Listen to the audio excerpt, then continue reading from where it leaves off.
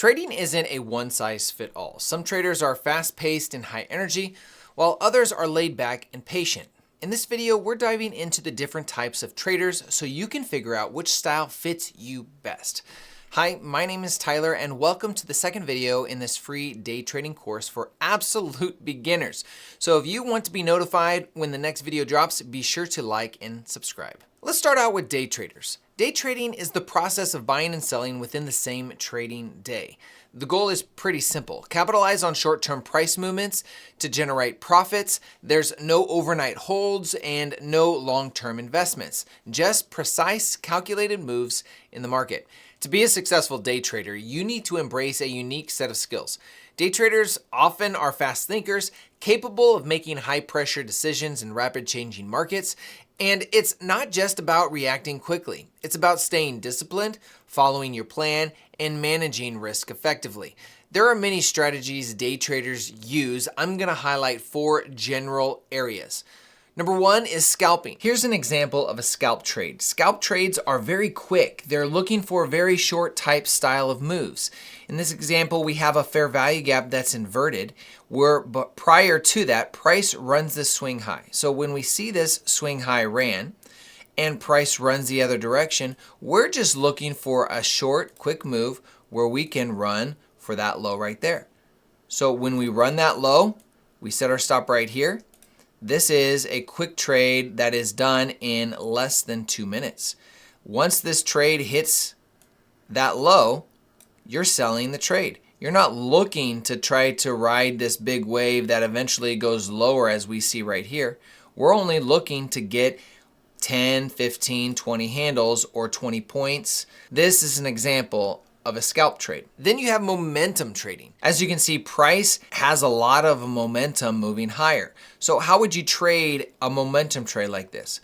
Well, an easy example would be using order blocks, which we'll get into later.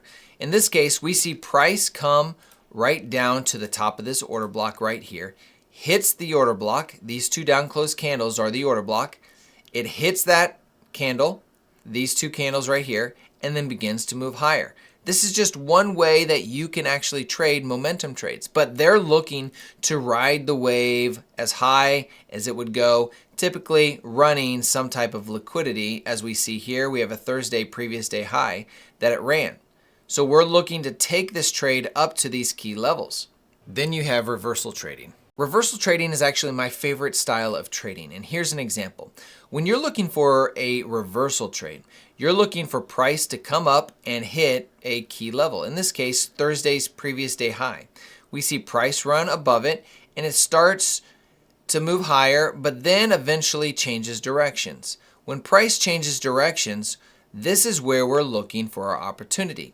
In this case, we would be using this level right here, which would be a mitigation block or overlapping breaker. You see price right here runs into that level right there. That would be a short opportunity. And as you can see, it begins to sell off right there. We take the opportunity when people think that, oh, it's going to continue higher. A reversal trader says, no, it's not going to go higher. It's actually going to reverse. And they'll end up taking a short position right here, looking for that move lower, targeting the obvious points of liquidity. In this case, it would be all the way down to this low right here, and that's where it would target. Range trading targets support and resistance levels, while breakout trading seeks opportunities when price moves beyond defined levels. An example for range-bound trading would be when price is running between some high and some low, and it's not breaking out quite yet. Traders will find these ranges and begin to trade once it hits liquidity, looking for the opposite side of liquidity. For example, when we see price run this low right here, we know that there's a probability that it may want to run for the opposite side of liquidity. And that's exactly what we have happen here. This is an example of a range-bound type of trading where you're looking for defined areas and defined targets that price may want to move to, compared to momentum traders where it may run past all these levels not knowing where it may end up. Each of these strategies has its place, and finding the one that suits your style is part of the journey. Day traders, whether it's any of these 4 styles, often rely on different indicators to identify opportunities. However, the best way to truly understand the market is to develop the skill of reading live price action. While indicators are helpful, they're lagging by nature. To find consistency as a day trader, it's crucial to understand dealing ranges, interpret order flow, and use tools like fair value gaps and order blocks. These concepts provide real-time insight into how the market is likely to move, giving you a significant edge over relying solely on traditional indicators. While day trading offers flexibility and the potential for significant reward, it's not without its challenges. The fast-paced nature of the markets means there's a higher level of risk, and emotional discipline is crucial to avoiding mistakes like overtrading or chasing losses. Costs and expenses can add up very quickly, especially with frequent trades. So managing expenses is just as important as managing your risk. Success as a day trader boils down to 4 key factors: mastering risk management, maintaining patience to wait for the right setups, staying adaptable to market conditions, and having a proven strategy to guide your decisions. These are the pillars of consistent, profitable trading. The second type of trader that I want to talk about is swing traders. These types of traders are a little more relaxed, and they hold their trades for a few days, several hours, or even weeks. They aim to catch bigger swings in the market. Swing traders aren't just staring at charts 24/7. They're more like surfers.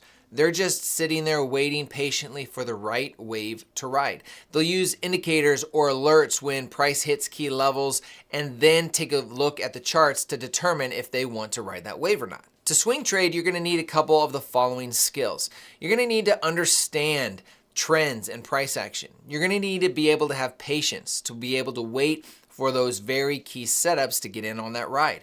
And also the ability to hold through small pullbacks without panicking, because on these larger moves means there's potential for larger drawdown. Swing trading is perfect if you have a full-time job or don't want to be glued to your computer all day. The last type of trader that we're going to talk about really is not a trader. It's historically what you think of when you think of trading or investing. It's investors. Investors are calm and they're patient. Investors are like the grandparents of trading. They buy and they hold for months, years, or even decades, focusing on long-term growth. The classic example is Warren Buffett. He buys companies he believes in. He holds them forever and doesn't sweat when the daily price wiggles up and down. Investors look for strong fundamentals like company earnings and growth potential. They're looking for long-term trends, not daily noise or daily up and downs. And then they have to have patience, because slow and steady wins the race as an investor. If you're not into staring at charts and prefer a more hands-off approach, investing might be more your jam. However, for the remainder of this video course, we are going to be focusing on day trading. So which interests you more? Scalpers, momentums, reversal, range-bound traders?